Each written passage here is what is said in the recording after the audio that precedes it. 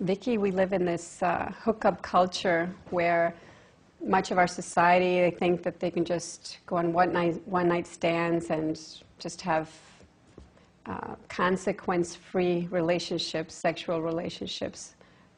Well, it's interesting because that's a lie that abounds, that, you know, we've come through the media and other things to believe there's no consequence to sex. And as long as you're contracepting or whatever, it's all fine. But we don't really understand how it is our bodies work. We need to recognize, for instance, that we as women undergo profound changes when we have sex with a male, that there are many things that change. It takes our body 6 months to make the adaptation to the sperm of our male partner, because before that we are in an autoimmune reaction. Our immune cells are testing. What is this? Is this an infection? What is it? Our body comes to conclude that this is our sexual partner and now has made an adaptation. The reality is that this allows us women to be without consequence in terms of when we conceive children with this male, our body recognizes that this is with our partner.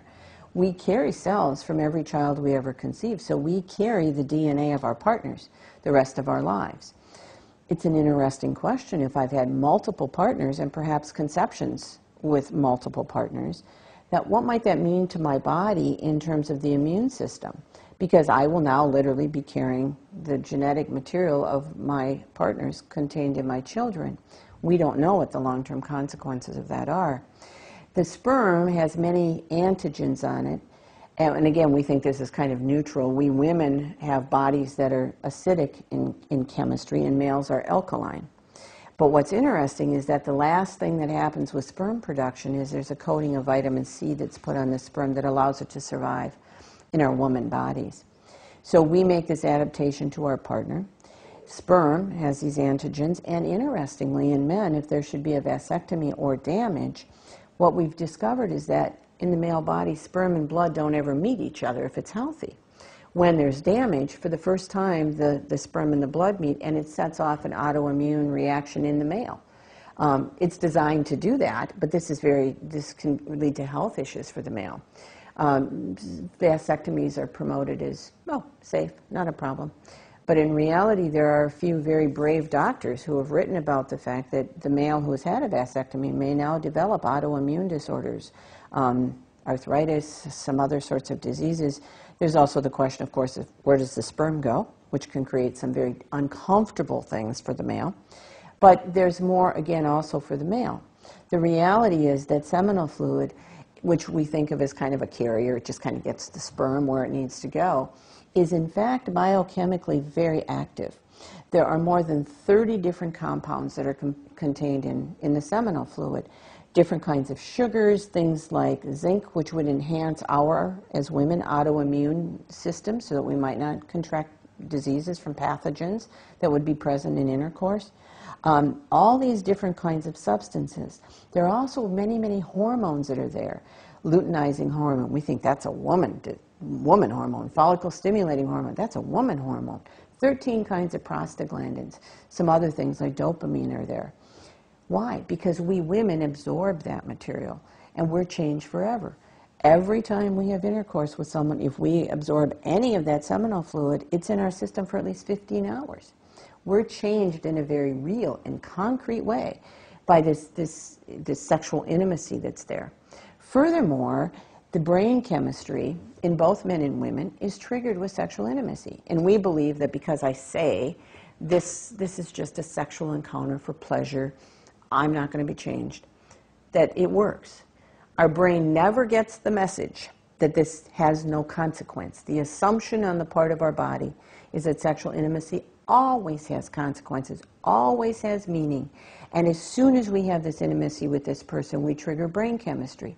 We trigger, for instance, oxytocin, which is a bonding hormone both in men and women.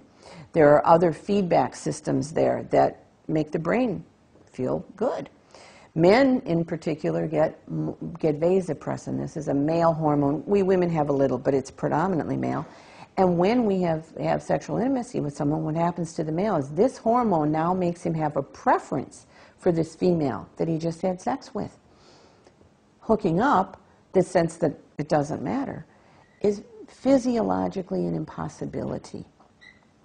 We know that in men, it takes 72 days to produce sperm, and that at each point there's a change in the sperm. It's changed in some way. But what we don't realize is that the sperm has to be changed in the woman's body to have the capacity to enter the egg. There's a phenomenon when the sperm enters that's called capacitation and adaptation. For 5 hours or so, it sits in our woman bodies, and our woman chemistry changes the sperm. So now the sperm has the capacity to enter the egg, to go through this acrosome reaction. Before that, it can't do it.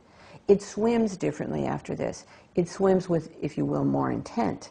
Prior to that, the tail is kind of lazy, and it moves it where it needs to go, but not with determination.